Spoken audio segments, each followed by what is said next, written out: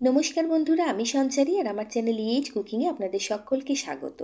আজকে আমি নিয়ে এসেছি একদম অনুষ্ঠান বাড়ির মতো কাশ্মীরি আলুর দমের রেসিপি, যেটা বানানো ভীষণ সহজ। বানাতে অবশ্যই একটু সময় লাগে, কিন্তু বানানোর পদ্ধতিটা খুব সহজ। সামান্য কয়েকটা টিপস অ্যান্ড ট্রিক্স ফলো করলে কিন্তু বাড়িতেই আপনারা একদম অনুষ্ঠান বাড়ির মতো কাশ্মীরি আলুর দম বানিয়ে নিতে পারবেন।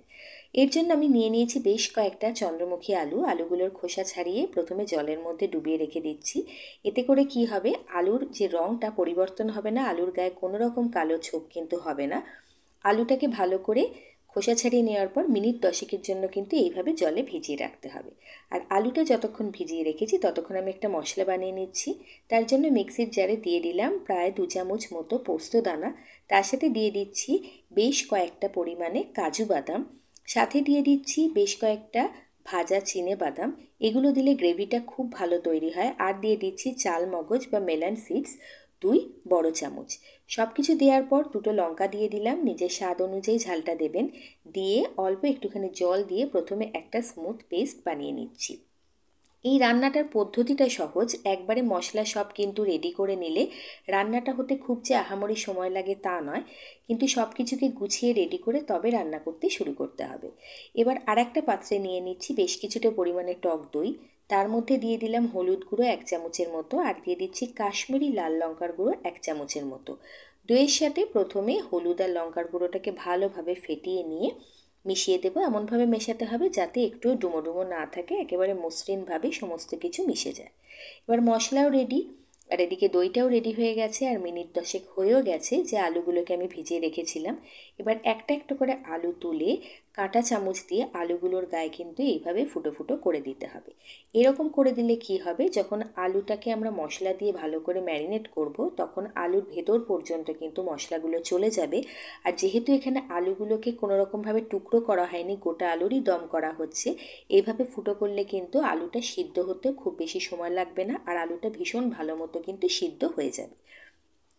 সামান্য কিছু টিপস অ্যান্ড ট্রিক্স ফলো করলে কিন্তু এই কাশ্মীরি আলুর দম বানাতে একেবারেই পরিশ্রম মনে হয় না। খুব সহজেই একেবারে অনুষ্ঠান বাড়ির মতো আলুর দম কিন্তু আপনারা বাড়িতে বানিয়ে ফেলতে পারবেন। রুটি, লুচি, পরোটা, পোলাও সমস্ত কিছুর সাথে কিন্তু এটা খেতে খুব ভালো লাগে।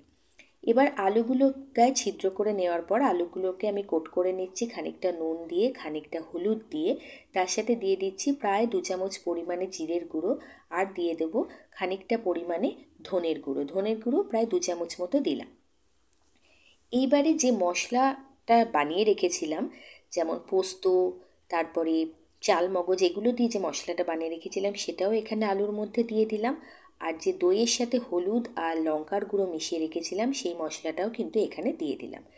দিয়ে এবার আলুর সাথে ভীষণ ভালোভাবে কিন্তু সমস্ত মশলা উপকরণগুলোকে মিশিয়ে নিতে হবে। এই আলুর দমটা বানানোর জন্য কিন্তু সমস্ত মশলাগুলোকে আগে বানিয়ে নিতে হবে, তারপরে আলুর সাথে ভালোভাবে কিন্তু কোট করে নিতে হবে।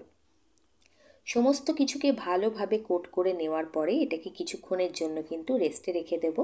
কিছুক্ষণ বলতে তাও মিনিট ঘন্টা 2 মতো, হাতে সময় না থাকলে আধ ঘন্টাও রাখতে পারেন। এবার ঘন্টা 2 হয়ে গেছে। এইবারে একটা প্যান গরম করে তার মধ্যে দিয়ে দিলাম সর্ষের তেল। সর্ষের তেল এখানে আমি প্রায় 2 থেকে 3 চামচ মতো ব্যবহার করেছি, যেহেতু আলুর পরিমাণটা বেশি। আর তেলটা গরম হয়ে যেতেই গোটা গরম মশলা, তেজপাতা, শুকনো লঙ্কা আর জিরে ফোড়ন হিসেবে দিয়ে দিলাম। আর যেহেতু এখানে আমি দই ব্যবহার করেছি সেই জন্য খুব বেশি কিন্তু তেলের ব্যবহার করার দরকার নেই, কারণ দই থেকে যে তেলটা উঠে আসে সেটাই কিন্তু যথেষ্ট। এবার এর মধ্যে দিয়ে দিচ্ছি খানিকটা আদা আর রসুন বাটা বা আদা রসুন কুচনো, দিয়ে ভালো করে একটু নাড়াচাড়া করে নিচ্ছি। এবার এর মধ্যে দিয়ে দিলাম 2টো মিডিয়াম সাইজের পেঁয়াজকে ফাইনালি চপ করে রেখেছিলাম, সেই পেঁয়াজটা। এবার সব কিছুকে ভালোভাবে কিন্তু নাড়াচাড়া করতে থাকবো যতক্ষণ না সবকটা উপকরণ বেশ ভালো মতো ভাজা ভাজা হয়ে আসে। এবার যখন পেঁয়াজটা বেশ ভালো মতো ভাজা ভাজা হয়ে এসছে, সমস্ত কিছু ভাজা ভাজা হয়ে আসছে, গ্যাসের ফ্লেমটাকে বন্ধ করে মিনিট খানেকের জন্য ওয়েট করব। তারপর কিন্তু ম্যারিনেট করা আলুটাকে দেব, কারণ আলুটাকে দই দিয়ে ম্যারিনেট করা হয়েছে। হাই ফ্লেমে কিন্তু যদি এটাকে প্যানের মধ্যে দেওয়া হয়, যখন হাই ফ্লেম থাকবে তাহলে কিন্তু অনেক সময় দইটা স্প্লিট করে যেতে পারে, ছানা কেটে ডুমো ডুমো হয়ে যেতে পারে। তো গ্যাসটা বন্ধ করে দিয়ে আগে একটু নাড়িয়ে নিয়ে আবার গ্যাসের ফ্লেমটাকে অন করে দিতে হবে। এবার মশলাটাকে ভালো মতো ততক্ষণ কষাতে হবে, আলু মশলা সব কিছুকে তেলের সাথে, যতক্ষণ না অয়েল সেপারেট হয়। প্রায় 5-7 মিনিট ভালো মতো মিডিয়াম টু হাই ফ্লেমে কষানোর পরে তেল রিলিজ হয়ে গেছে। এবার এর মধ্যে আমি কিন্তু ঈষদ উষ্ণ গরম জল দিয়ে দিলাম বেশ কিছুটা পরিমাণে। জলটা প্রথমে বেশি দেওয়ার কারণ হলো এটাই যে আলুগুলোকে যেহেতু আলাদা করে ভাজা হয়নি এবং আলুগুলোর প্রত্যেকটাই আস্ত, আলুগুলোকে সুসিদ্ধ করতে হবে, সেই জন্য জলের পরিমাণ বেশি দিয়ে মিডিয়াম ফ্লেমে, লো টু মিডিয়াম ফ্লেমে এটাকে সিদ্ধ হতে দিতে হবে। আর মাঝে মাঝে কিন্তু স্প্যাটুলা দিয়ে এটাকে নাড়িয়ে দিতে হবে, এদিক ওদিক ঘুরিয়ে দিতে হবে। প্রায় 15 থেকে 20 মিনিট পর্যন্ত লো টু মিডিয়াম ফ্লেমে এটাকে দমে রেখে কিন্তু রান্নাটা করতে হবে। দমে রেখে বসিয়ে রান্না করলে আলুটা কিন্তু খুব ভালো মতো সিদ্ধ হয়ে যাবে। মিনিট 20 মতো হয়ে গেছে দম খাওয়ানোর পরে, আমি দেখিয়ে দিচ্ছি। দেখুন ঝোলটা আগের তুলনায় অনেকটা গাঢ় হয়ে গেছে এবং আলুগুলো যথেষ্ট বড়, কিন্তু আলুগুলো কিন্তু একদম নরম হয়ে গেছে। আমি আপনাদের দেখিয়ে দেব আলুটা কতটা নরম হয়েছে। তার আগে এর মধ্যে দিয়ে দিলাম নুন, চিনি নিজের স্বাদ অনুযায়ী।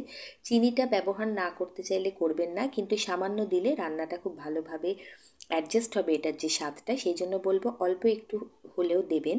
দেখুন আলুটা কত সুন্দরভাবে নরম হয়ে গেছে। কাশ্মীরি আলুর দম পরিবেশনের জন্য একদম রেডি। তবে নামানোর আগে এর মধ্যে দিয়ে দিতে হবে অল্প একটু গরম মশলার গুঁড়ো, তাতে রান্নার গন্ধ খুব ভালো আসবে। এই কাশ্মীরি আলুর দম কিন্তু রুটি, লুচি, ভাত, পরোটা, ফ্রাইড রাইস, পোলাও সব কিছুর সাথে খেতে ভালো লাগে। এটা অবশ্যই বাড়িতে একবার বানাবেন এই পদ্ধতিতে। ঝঞ্ঝাট কিন্তু খুব একটা বেশি নেই, একটু সময় লাগে ঠিকই। বানিয়ে যদি ভালো লাগে আমাকে ছোট্ট করে একটা কমেন্ট করে দেবেন, শেয়ার করবেন বন্ধুবান্ধবদের মধ্যে, আর পাশে থাকবেন বন্ধু হয়ে। ভালো থাকবেন, সুস্থ থাকবেন। ভিডিওটা দেখার জন্য অনেক অনেক ধন্যবাদ।